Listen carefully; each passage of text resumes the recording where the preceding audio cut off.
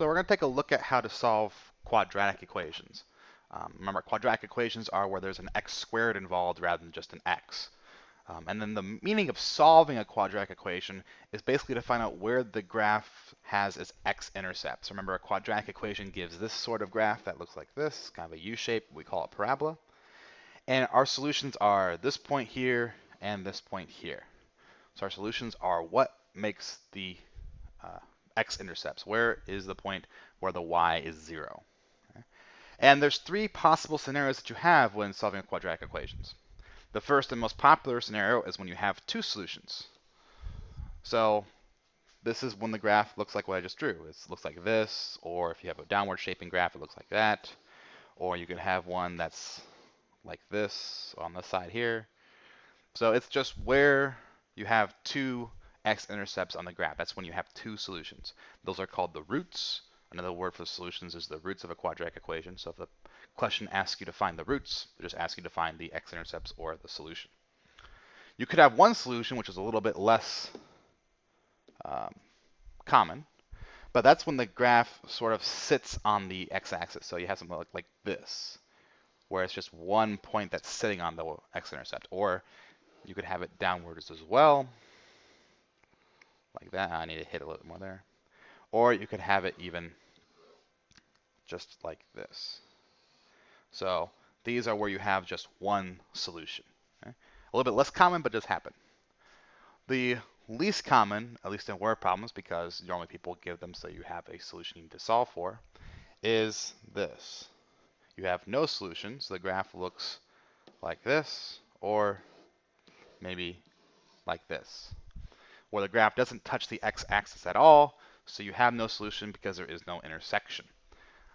So the most common one you'll have is two solutions, but you can have either one or even no solutions as well.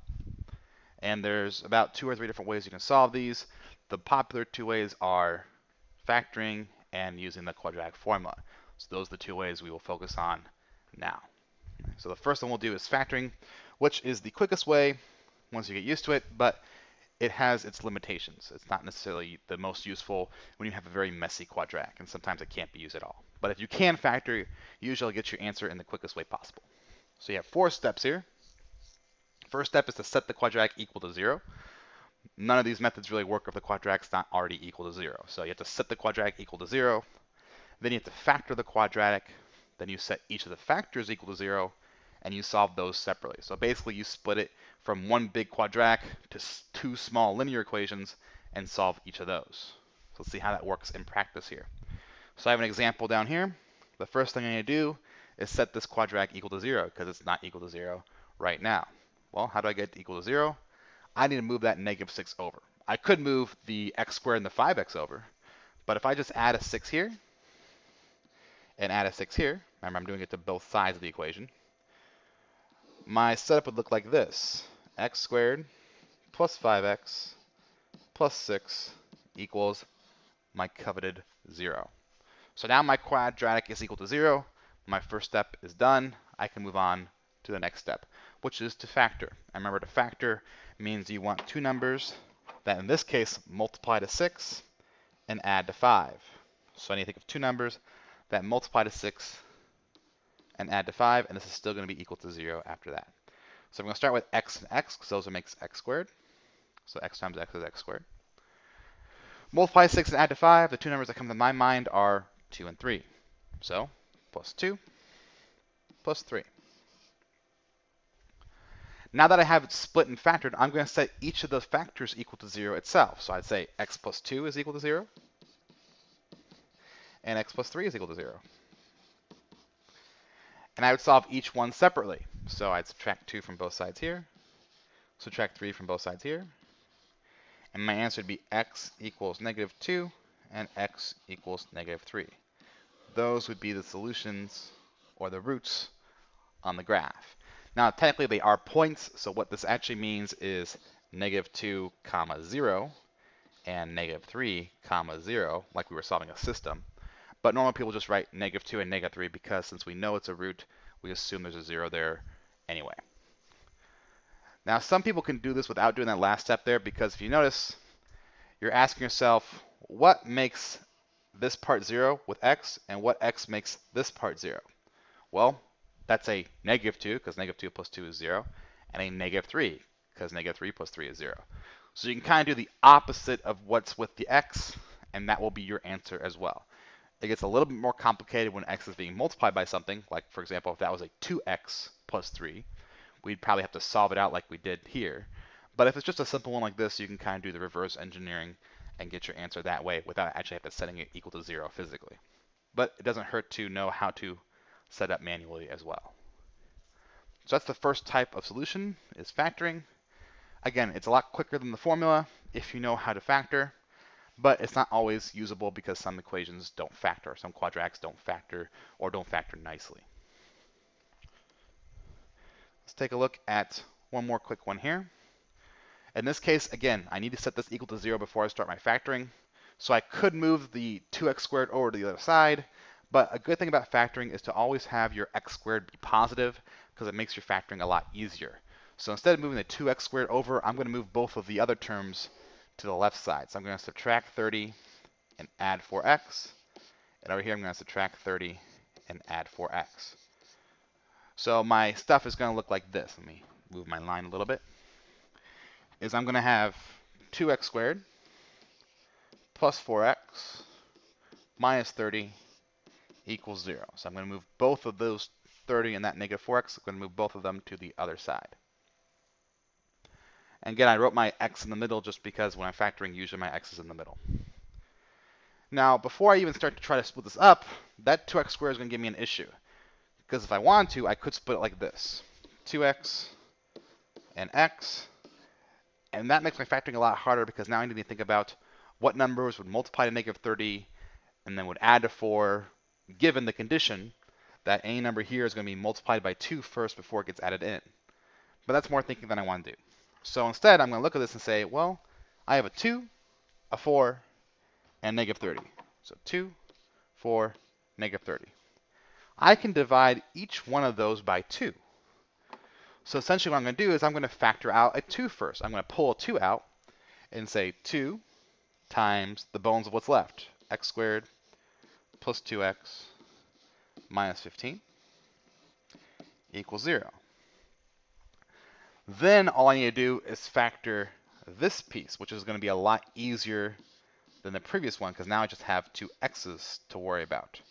So always check to see if you can factor out a GCF first because it makes your sequential factoring a lot easier. So I need two numbers that multiply negative 15 and add to positive 2. So if I run through the list here, 5 and 3 are the most common ones that stand out here. If I make the 5 positive, that could get me a positive 2. So if I do plus 5 and negative 3. If we do a quick check here, that's x squared, that's good. That's negative 15, that's good. That's negative 3, that's positive 5. Negative 3 and positive 5 do make negative 2, so that also checks out. So all my stuff checks out, so that is the factoring I want. So again, my answers are whatever makes those two zones 0. If I want to bring my 2 down, I can. So I can do 2 equals 0. So I want to know what makes this 0, x plus 5, and what makes this 0, x minus 3. Well, my answer is going to be x equals negative 5 and x equals positive 3. Those would be my two answers. I don't really care about this 2 out here because there's no way I can make that 2 0. There's no x in there for me to alter or to solve for, so I'm just going to leave that there. It's just kind of there on its own. It doesn't really bother with the problem. In fact, some people in this first step here, as an aside, some people would take this step and they would actually do this. They would do x squared plus 4x minus 30 equals 0, and they would divide the entire part by 2, which would lead them to just have x squared plus 2x minus 15 equals 0, because 0 divided by 2 is still 0. And then they would factor this the same way we did over here on this one. So some people don't factor out the 2, they just divide it out like they would a 2x. They divide it by 2 to get x. So that's another method you can do, or another step you can do if you like that instead. Now, factoring works great when it works. It doesn't work great when it doesn't. So that's why we have another method here called the quadratic formula. One of the more famous formulas in math. First step's the same. It has to be equal to 0. Again, none of these work if they're not equal to 0. Then the quadratic has 3 key values. Every quadratic can be written like this: ax squared plus bx plus c. That's a bx, not a dx. My bad. That's a c, not a b. So plus bx plus c. So a is the coefficient of the x squared, b is the coefficient on the x, and c is the constant, or the one without an x. So you have to identify those 3 values. Once you have those 3 values identified, then you can go to step 3, which is just plug them into this formula that will get you your x terms, or your x answers, right away. So this is equal to your x numbers, your x answers. So that will give you your roots. So let's see it in practice. Here we have a maybe familiar looking equation. Again, it has to be equal to 0 first, so I'm going to move the x squared over by adding it. So I'm going to take plus x squared plus x squared. I'm going to write that over here. So I have x squared plus 5x. Let me write that 5 better. X squared plus 5x plus 6 equals 0. Now notice I wrote my x squared in front just because normally quadratics are written as x squared, x, and then constant. So I wrote my x squared up front just to keep that pattern. You don't need to, as long as you know that the coefficient on the x squared is your a, no matter if it comes first, last, or in the middle. Now if you notice, this is the equation we just solved not too long ago. Same exact problem. We're just going to solve it a different way to make sure we get the same answers.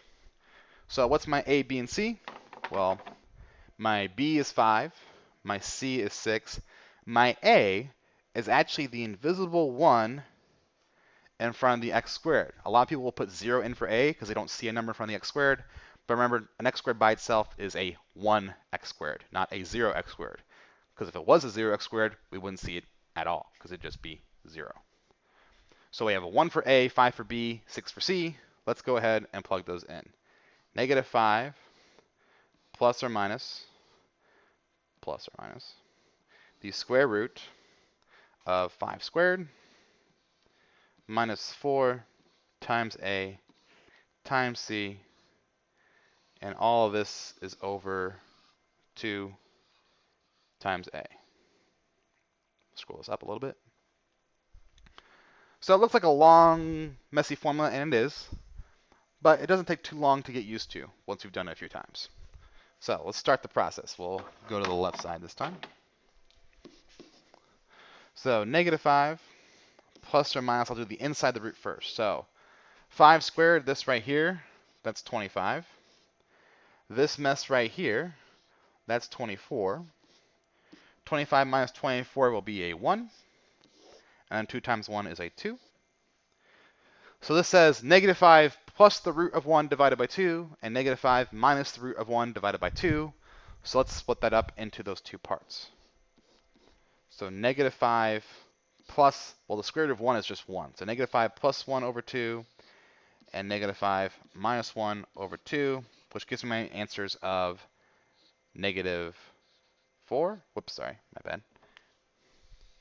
Negative 5 plus 1 is negative 4, but when I divide it by 2, I get an answer of negative 2 and negative 3. So those would be my 2 x numbers, which, if you look back in the previous sections here, that is exactly what we got when we factored as well. So it gives you the exact same answer, just a little bit of a different way, if you don't want to factor or if you can't factor. And in fact, when you can't factor, the only method you have left is the quadratic formula. You could technically try to graph it, but trying to graph it and find the roots, especially if they're already not going to be nice whole numbers, which means they would be factorable, then that's probably not going to help you out too much. So quadratic formula helps you solve the equations that can't be factored, which we'll look at one here. So we have an equation here, can't be factored, or if it could, it's not going to factor nicely. So we're going to go straight to the formula and see if we can't solve this one here. So my a is 2, my b is negative 3, and my c is negative 10. Make sure you include the negatives when you put it in the formula. So when we go through this here, the opposite of b, So if my b is negative 3, that means the opposite is going to be positive 3. Plus or minus the square root of b squared, negative 3 squared. Make sure you put the negative in parentheses. So your calculator knows to do negative 3 squared, although you can probably do this in your head. Negative 3 times negative 3 is positive 9. Minus 4 times a times c, which is negative 10, making sure you include that negative, all over 2 times a, which is also 2. Then it's just the process of what we did before, bit by bit by bit. So 3 plus or minus the square root of, let's do the inside part first. This right here, that's going to be 9. This mess right here, that's going to be negative 80. 9 minus negative 80 is positive 89, all over 4. Now, unfortunately for us, positive 89 is not a perfect square, so we have to get a little bit messy. So we'll do 3 plus root of 89 over 4, and 3 minus the root of 89 over 4. So this first part here, if you plug it in, which again, you don't want to do this by hand, is going to be 3.11. And this one here, again, don't do it by hand, is going to be negative 1.61. So these are my two x values. Those are my x-intercepts for this graph. Again, this one wouldn't have factored, so we'd have to use the quadratic formula to solve it. And again, it's one where they have two solutions, not just one solution. Let's do one more example about this, especially when you have one where you're missing a piece. So we have x squared minus 9 equals 0. Well, I have my a. My a would be 1. So if I write that down here, a is 1. I have my c, which is my non-x term, that's negative 9. But I don't have a b. I don't have an x to even look at. So my b would just be 0. So your variables in your quadratic formula can be 0 if they do not occur, if you don't see them.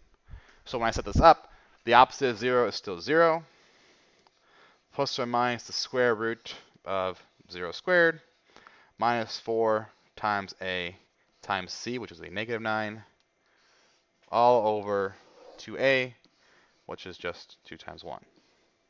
Oops, a little bit of extra line there. Excuse that. So then I would solve this, again, like I would before. It's just going to be a bunch of zeros, which would make my work a lot easier. Inside here, 0 squared, that's just 0. This right here, 9 times 4, negative 9 times 4, rather, would be negative 36. 0 minus negative 36 is positive 36. So I have 0 plus or minus the square root of 36 over 2. Well, I know that the square root of 36 is just 6, so I have 0 plus or minus 6 over 2, which then spawns two separate problems. 6 over 2, because 0 plus 6 is 6, and negative 6 over 2, because 0 minus 6 is also negative 6. This would give me a 3, this would give me a negative 3, and those would be my two answers, 3 and negative 3. So just because you're missing an a or a b or a c doesn't mean you can't do the quadratic formula. Now, if you're missing an a, it means you don't have a quadratic because you don't have any x squared. But if you're missing a b or a c, you can still use the formula if you want to. I do want to show you one quick example of what happens when you have 0 solutions or no solutions. So let's say we take a very similar looking problem and we do this. X squared plus 9 equals 0. Well, let's change the problem just slightly. A is still 1, B is still 0, C is now positive 9. So it would look like this. Let me do this in a different color here. 0 plus or minus the square root of 0 squared minus 4 times 1 times 9 all over 2, or 2 times 1 if you want. So when I do this here, I do my inside stuff. That's still 0. This right here is 36. 0 minus 36 is negative 36, so I'd have 0 plus or minus the square root of negative 36 all over 2. Now, if you try to do this in your calculator, you come across a problem. Depending on the model calculator, it will probably say domain error when you try to type in the square root of negative 36. That is because the square root of negative 36 is imaginary, or some people will say complex. So this cannot be done currently. We cannot take the square root of a negative number and get a real answer. So therefore, this has no solutions. Because we cannot take the square root of negative 36 and get a real answer, so we cannot proceed any further, so we're stuck. If you want to write a symbol for this, usually people write the 0 with the slash through it. Do not just write 0, because then your instructor might think you have an answer of 0 rather than no answer, so make sure you put the slash through it to say that this is no solution, not just 0. This is no solution at all. It does not exist. It is a graph that looks like this. So it does not touch the x-axis at all because it is above the x-axis. One solution will have a very similar result, except that when you get down to it, you only have one answer. The equation will only give you one split rather than two splits. So again, it will be very obvious that there's one solution. But no solutions tend to throw people because they come across a problem, they're not sure how to proceed, so they start making up steps. If you come across a problem when you're doing the quadratic formula and you're not sure how to proceed, it probably means that there's no solution because you can't take the square root of a negative, therefore you're kind of stuck. So there's your quadratic solutions, 2 methods, 3 possible solutions. Decide which is which as you're going through. Hope you enjoyed the video. Have a good day.